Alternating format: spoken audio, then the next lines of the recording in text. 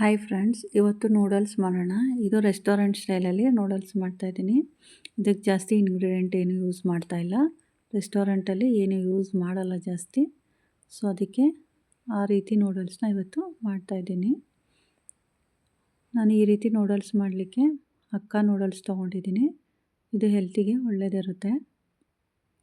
ಮೊದಲು ನಾವು ನೂಡಲ್ಸ್ ಮಾಡಬೇಕಂದ್ರೆ ನೂಡಲ್ಸ್ನ ಬೇಯಿಸ್ಕೊಬೇಕಾಗುತ್ತೆ. ಅದಕ್ಕೆ ನೀರು ಕಾಯಿಸ್ಬಿಟ್ಟು ಉಪ್ಪು ಹಾಕಿ ನೂಡಲ್ಸ್ನ ಬೇಯಿಸ್ಕೊಬೇಕು. ಫಸ್ಟು ನೂಡಲ್ಸ್ ಬೇಯಿಸಿ ಎತ್ತಿಟ್ಕೊಂಡ್ಮೇಲೆ ನೂಡಲ್ಸ್ ಇದು ಮಾಡೋಕ್ಕಾಗೋದು. ಒಂದು 10 ಮಿನಿಟ್ಸ್ ನೂಡಲ್ಸ್ ಬೇಯಿಸಿ ಅದು ಕಲರ್ ಚೇಂಜ್ ಆಗಿರುತ್ತೆ, ಬೆಂದಿದ್ದು ಗೊತ್ತಾಗುತ್ತೆ ನೋಡಿ. ಈ ಥರ ಬೆಂದಿರುತ್ತೆ. ಆಗ ಒಂದು ಪ್ಲೇಟಿಗೆ ಆ ನೂಡಲ್ಸ್ನೆಲ್ಲ ಸಪ್ರೇಟಾಗಿ ಎತ್ತಿಟ್ಕೊಬೇಕು ನೀರಿಂದ. ಅದಾದಮೇಲೆ ಇದನ್ನು ಮಾಡಲಿಕ್ಕೆ ಒಂದು ಕ್ಯಾರೆಟು, ಒಂದು ಈರುಳ್ಳಿ, ಒಂದು ಚಿಕ್ಕದಾಗಿ ಒಂದು ಹಸಿಮೆಣ್ಸಿನ್ಕಾಯಿ, ಅರ್ಧ ಕ್ಯಾಪ್ಸಿಕಮ್ಮು, ಪೆಪ್ಪರ್ ಪೌಡರು, ಶುಂಠಿ ಬೆಳ್ಳುಳ್ಳಿ ಮತ್ತು 1 ಸ್ಪೂನ್ ಕೆಚಪ್ಪು ಇಷ್ಟು ಬೇಕಾಗುತ್ತೆ ನೂಡಲ್ಸ್ ಮಾಡಲಿಕ್ಕೆ. ಮೊದಲು ಬಾಣಲೆಯಲ್ಲಿ ಸ್ವಲ್ಪ ಎಣ್ಣೆ ಹಾಕಿ, ಜಾಸ್ತಿ ಎಣ್ಣೆ ಹಾಕಬೇಡಿ, ತಿನ್ನುವಾಗ ಎಣ್ಣೆ ಬರುತ್ತೆ. ಒಂದು 2 ಸ್ಪೂನ್ ಅಷ್ಟೇ ಹಾಕಿದ್ದೀನಿ. ನಾನು ಇಬ್ಬರಿಗಾಗೋಷ್ಟು ನೂಡಲ್ಸ್ ಮಾಡ್ತಾಯಿದ್ದೀನಿ. ಹಸಿಮೆಣ್ಸಿನ್ಕಾಯಿ, ಶುಂಠಿ ಬೆಳ್ಳುಳ್ಳಿ, ಈರುಳ್ಳಿ, ಕ್ಯಾರೆಟು, ಕ್ಯಾಪ್ಸಿಕಮ್ಮು ಹಾಕಿ ಸ್ವಲ್ಪ ಹೀಗೆ ಫ್ರೈ ಮಾಡ್ಕೊಳ್ಳಿ.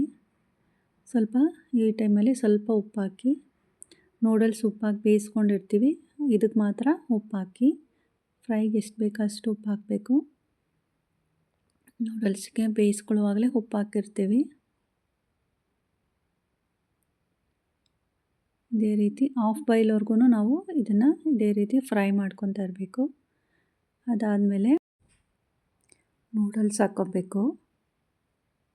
ನೂಡಲ್ಸ್ ಹಾಕ್ಕೊಂಡು ಅರ್ಧ ಸ್ಪೂನ್ ಸೋಯಾ ಸಾಸು, ಒಂದು ಸ್ವಲ್ಪ ಕೆಚಪ್ಪು ಮತ್ತು ವೈಟ್ ಪೆಪ್ಪರ್ ಪೌಡರ್ ಏನು ಇಟ್ಕೊಂಡಿರ್ತೀವೋ ಅದೊಂದು ಅರ್ಧ ಸ್ಪೂನ್ ಹಾಕ್ಕೊಬೇಕು.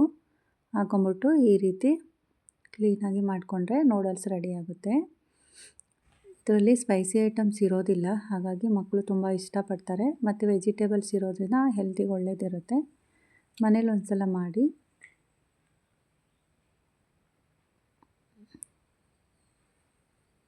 Thank you.